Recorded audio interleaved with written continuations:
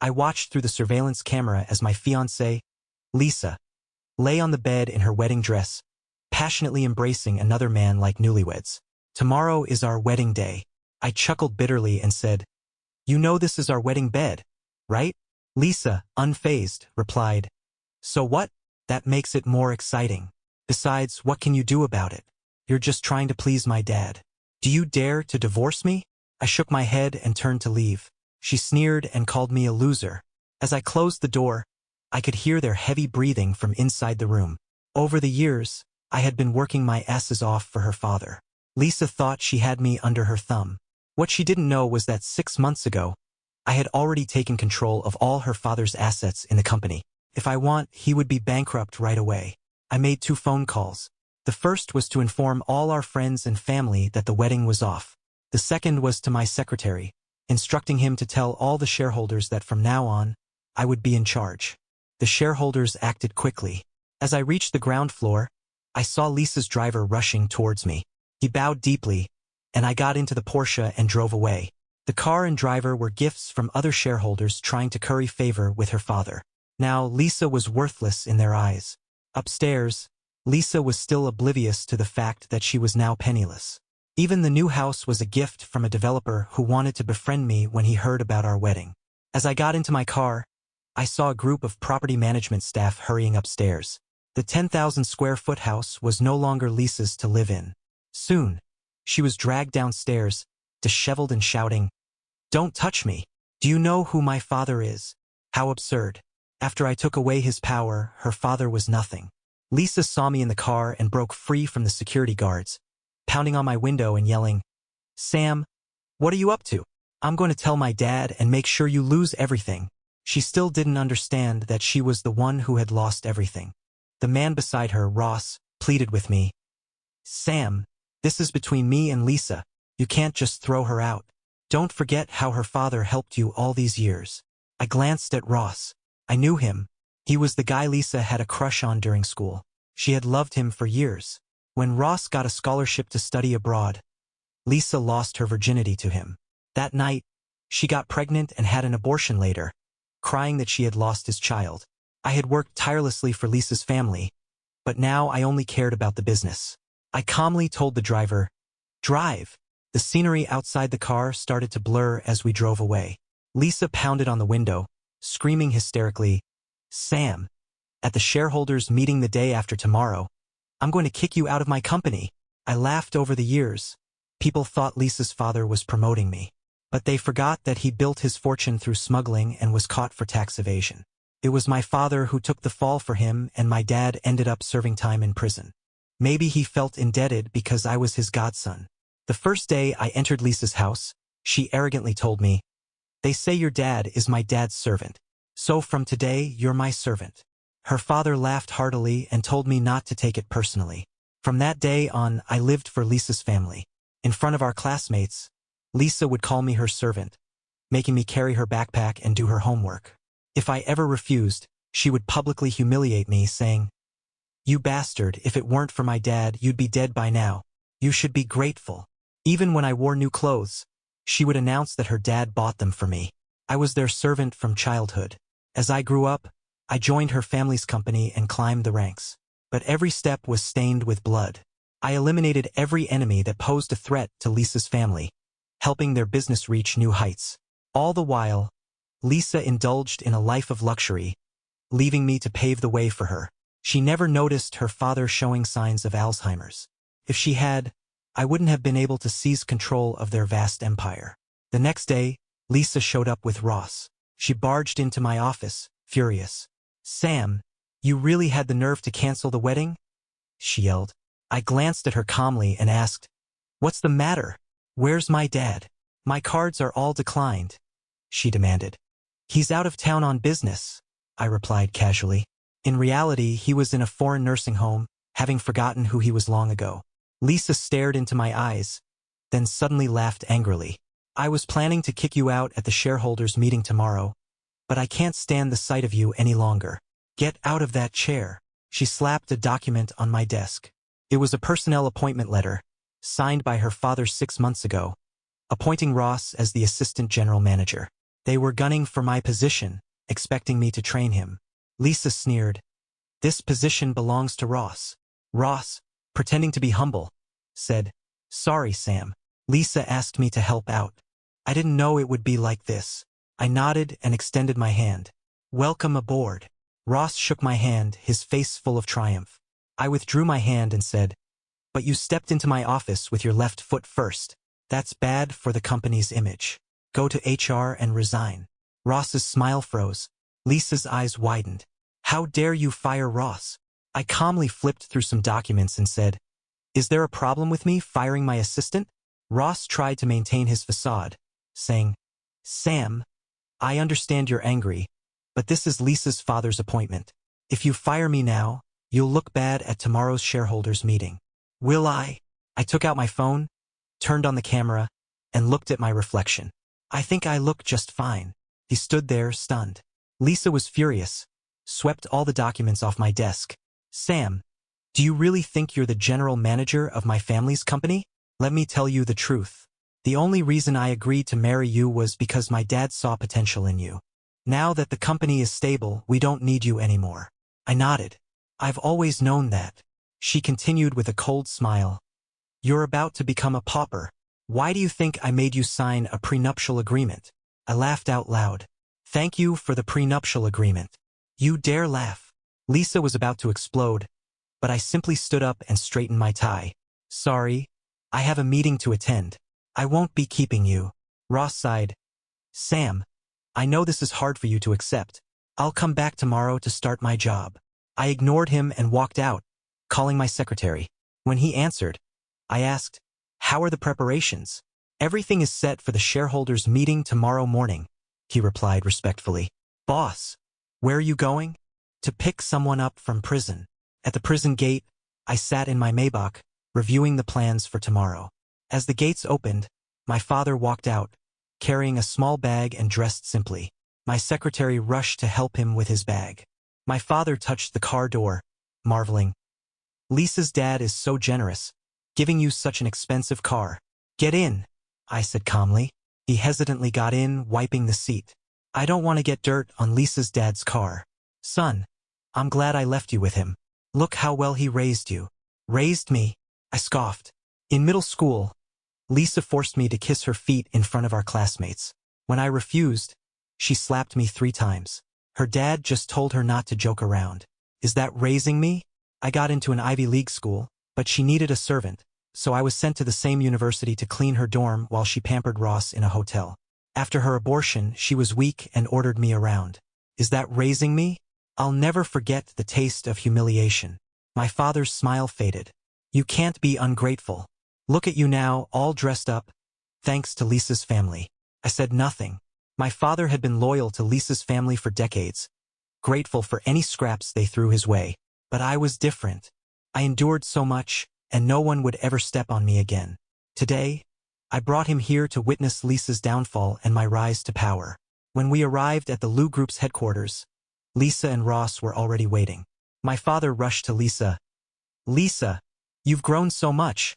Lisa looked at him with disdain. Who are you? Why do you know me? I'm Sam's father. Your dad showed me your picture 5 years ago. I recognized you immediately. Lisa sneered. Sam's father, huh? You did a great job raising him. My father didn't catch her sarcasm. Thanks to you and your dad's help. Lisa looked at me arrogantly and said to my father, I'm thirsty. Get me some water. Right away, he said, running off to buy her water. Lisa smirked at me. See, your dad is a better servant than you. I waited patiently for my father to return. He came back, out of breath, with a bottle of water. Lisa took it and immediately threw it on the ground. I wanted ice water. My father was startled. I'll get you another one. No need.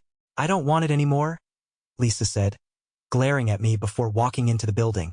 My father, flustered, came back to me. She's got quite a temper. Make sure to get her some water later. Let's go, I said softly. It's time for the meeting. You can sit in and watch. All 12 shareholders were present, except for the chairman's seat at the end of the table, which was empty. Lisa sat in her chair, chewing gum, and asked nonchalantly, Where's my dad? I picked up the documents and spoke into the microphone. Today is the third quarterly meeting of the year. Lisa missed the first two, so I'll summarize them briefly. She laughed dismissively. I was abroad with Ross the first time, and the second time Ross was on vacation visiting me. The shareholders looked grim. This woman wasn't even pretending anymore. I cleared my throat and spoke. In the past 2 quarters, under my leadership, the company has made a profit of $70 million. Lisa suddenly raised her hand, interrupting me. Enough. You don't need to brag about your abilities in front of me. This is what you were supposed to do. Let me tell you, Ross can do everything you did, and even better. Her words made my father, sitting in the corner, turn pale with worry. He was terrified that I would lose the protection of Lisa's family. Ross smiled and said, Sam, you've paved the way nicely. When I take over your position, I'll take the company to new heights. Thank you for setting up everything.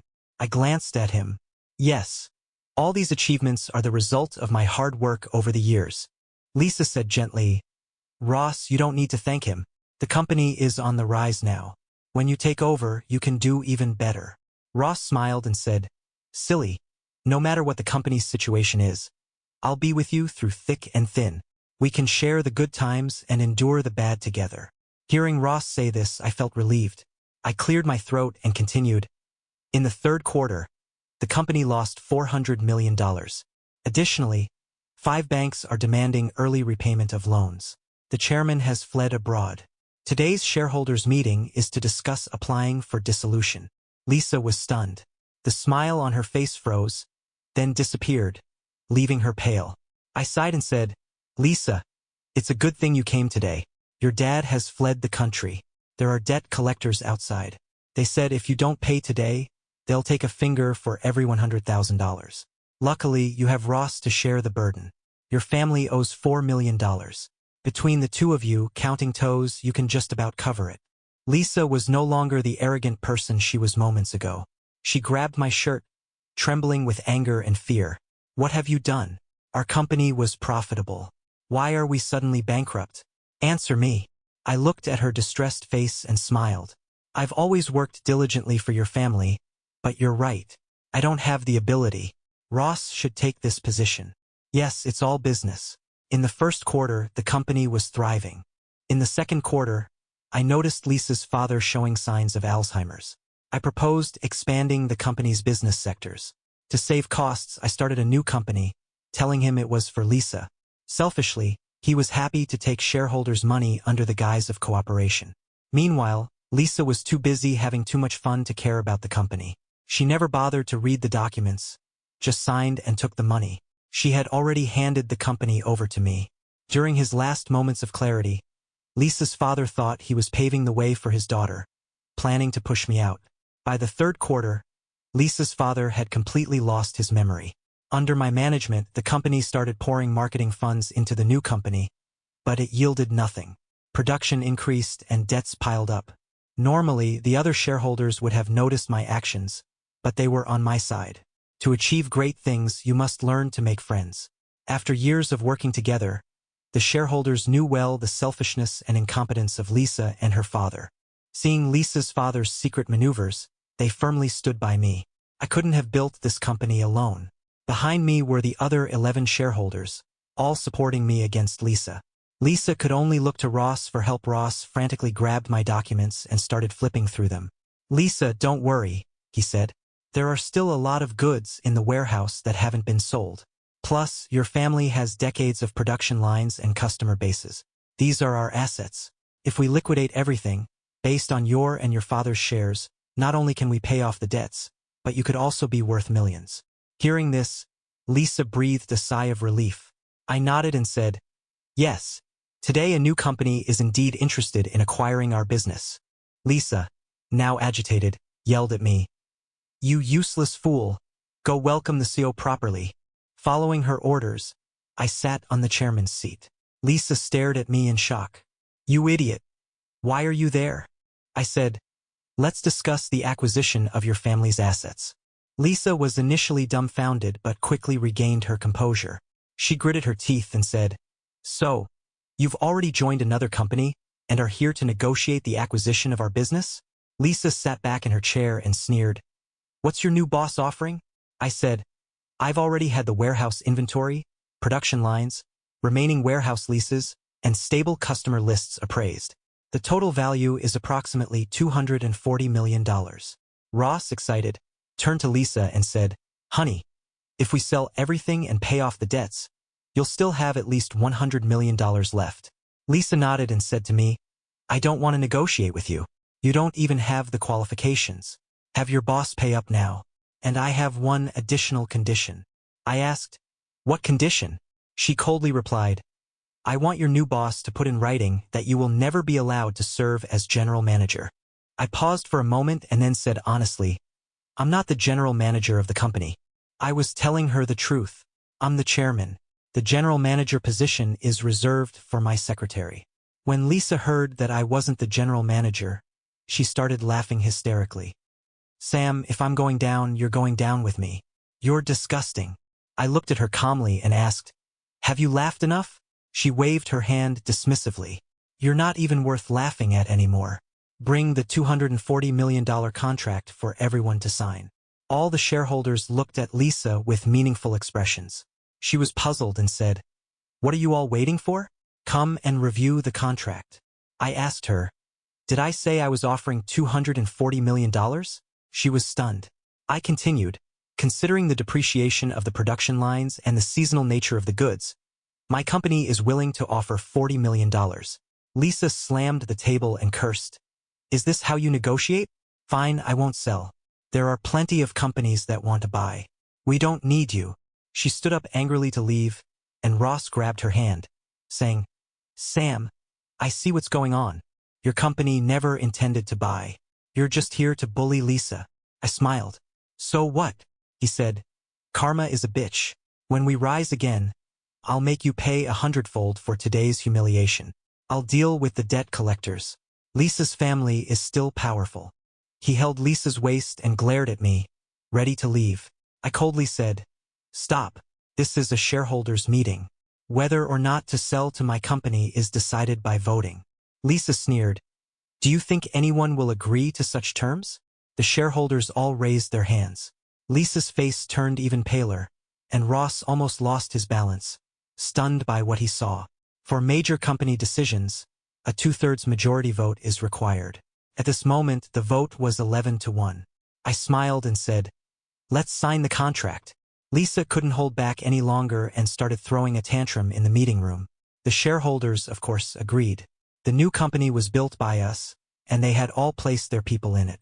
Acquiring Lisa's family business was like moving money from one pocket to another. This was just part of our plan to dismantle Lisa's family and repay them for all they had done to us over the years. Lisa cursed and shouted, You bunch of ungrateful bastards. My dad is the largest shareholder and has veto power. Though Lisa was foolish, Ross had already grasped the situation. He no longer supported her and was sweating profusely. I said, Your dad has fled the country. Do you think he can come back to vote? The shareholders have the right to dispose of the company to minimize losses. I can vote on behalf of my dad. Our combined shares outweigh anyone else's, Lisa retorted. Your dad fled, he didn't die. Why should his shares be inherited by you? I countered. Lisa's face turned ashen. Just then, the conference room doors burst open, and several burly men entered. They were clearly debt collectors hired by Lisa's creditors. Her father's greed had led him to private loans, which ultimately became the final straw that broke the camel's back. I said, Lisa, after you get the money today, you can pay off the bank. But these men are owed $4 million, which you can't afford. One of the men laughed menacingly. She can afford it. We have ways to make her earn $4 million. I asked, Are these the kinds of methods that can make someone appear in every corner of the world simultaneously? The man sneered, That's the last resort. Lisa swallowed hard and asked Ross what they were talking about. How can one person be in multiple places at once? Ross's face grew paler, and he began to tremble. Finally, he said, Don't worry. Let's pay these men first. We can deal with the bank later. I placed the prepared contract on the table. Lisa, trembling, looked at the document. When she saw the details, she looked up at me in shock. The buyer is Sam? I smiled and said, Allow me to introduce myself. From today, I am the owner of your family's company. My father, sitting in the corner, was completely stunned. Lisa collapsed to her knees. Even she understood her dire situation now. She grabbed my legs and pleaded, I was wrong. It was all my fault. Please, for the sake of the kindness my family showed you, spare me. I sneered. Kindness? Lisa, do you have any idea how your family treated me all these years? No matter what, I am still your fiancée, she said desperately. 2 days ago, you were in our new house with this man. Do you think you can still call yourself my fiancé? I replied coldly. Ross swallowed hard and said to Lisa, Sign it. Let's take the money and leave. I can get you out of the country, and we can continue living a good life. I laughed. Even now, Ross was still thinking about Lisa's money. All the shareholders signed the contract. I called my secretary and said softly, Transfer the funds. Lisa sighed in relief and told the debt collectors, I'll pay you shortly. I have access to my dad's account and password. Ross, holding her shoulder, turned to me and said, Remember, we'll make you pay 100-fold for this. Lisa, no longer pleading, cursed, Sam, you heartless bastard, will rise again abroad and come back to ruin you. I touched my chin and said, Oh no, I forgot. Lisa paused. Forgot what? I slapped my forehead. I forgot to tell you that your dad's account was frozen 3 months ago because I didn't make the payments. Once the money is transferred, the bank will immediately take it to settle the debt. I smiled. So don't worry, you won't owe the bank anything. Lisa could barely stand, swaying on the spot. The debt collector frowned. Lisa, does this mean you can't pay us the $4 million? Lisa opened her mouth but couldn't speak. Ross, seeing the situation, tried to leave. Lisa grabbed his arm. Ross, where are you going? I don't want to be dragged down with you, Ross said, shaking her off. From today, we're done. You said you'd stick with me through thick and thin, Lisa cried. This isn't about hardship. It's about survival. Even married couples part ways in times of crisis, let alone us, Ross replied coldly. Lisa, losing all strength, slumped to the ground. I smiled and said, Ross, you can't leave. He stopped and said coldly, Sam, don't try to scare me. I played with your fiancé, so what? I'm not part of your company and I don't owe any debts. I can come and go as I please. I looked at Ross's arrogant face and said, I have no personal grudge against you, but Lisa was once my fiancé. There are a few things I can help her settle. What things? He asked. 3 years ago, she gave you a Porsche. It's worth a few $100,000 now. The watch you're wearing, she gave it to you, right? You couldn't afford it yourself. Even the Armani suit you're wearing, a poor student like you couldn't afford custom-made clothes. Lisa, who had been despondent, suddenly looked up with a glimmer of hope. She grabbed Ross's hand and said, You can't leave. Return everything I gave you, including the money I transferred to you. Ross angrily said, You can't take back gifts. After all I've done for you, you won't even let me keep the gifts. Lisa stood up and tried to scratch Ross's face. I'll fight you. Give everything back. The once loving couple started fighting. If anyone saw this, they wouldn't believe it was a shareholders' meeting. I sat in the chairman's seat, watching them brawl, thoroughly amused. Ross hit Lisa hard, but she clung to him, not letting go. Seeing she was losing, Lisa called out to the debt collectors, Help me. If I sue him, I can get the money back and pay you. The men thought for a moment and then grabbed Ross by the neck, lifting him like a chicken.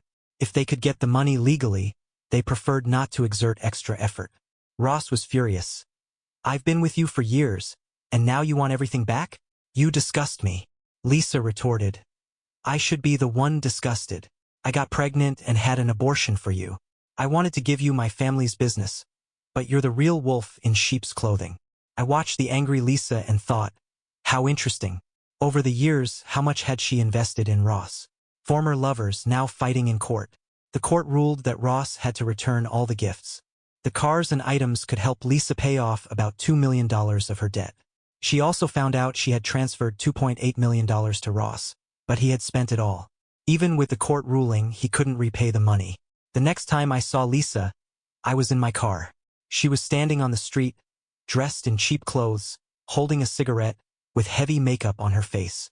I had the driver stop and waved her over. She didn't recognize me and eagerly ran to the car. As soon as she got in, I smelled the cheap makeup. It was pungent and unpleasant. "Hey, my love," she said, then realized it was me. Her mouth hung open in shock. "Where's Ross?" I asked. "I don't know," she said, shaking her head. "We haven't seen each other since the court ruling." "This job suits you," I said. She clutched her skirt and forced a smile. She seemed to merge with the memory of her younger self. "I'm really struggling. It was all my fault. Please, can you take me in? Do you remember when school started? And I wore new clothes? You made me crawl on the ground in front of the whole class, pretending to be a horse, and ruined my clothes." She started crying. "I'm sorry. When I got home and mended my clothes, I knew you and your father were heartless. Your dad built his business and immediately abandoned your mom. She was so good to you, but you followed your rich dad. Even when she was dying and wanted to see you one last time, you refused." Lisa hung her head in silence. "Your mom was the only one in your family who showed me kindness. If you and your dad hadn't abandoned her, I wouldn't have taken down your family. Though your family is gone, I owe it to your mom. Come to the company tomorrow. I'll give you a job. I won't let her child starve on the streets." Lisa's eyes widened, and she quickly said, "Thank you." The next day, an important client was coming to discuss business. I picked him up in the Maybach and brought him to the company. As the doors opened, Lisa stood at the entrance, wearing a welcoming sash, bowing respectfully. "Good morning." The client looked at Lisa and said, "She looks familiar, but I can't place her." I glanced at Lisa and couldn't help but laugh. "Did you ever buy one night with her? She's good on bed." The end of the story. Thanks for listening.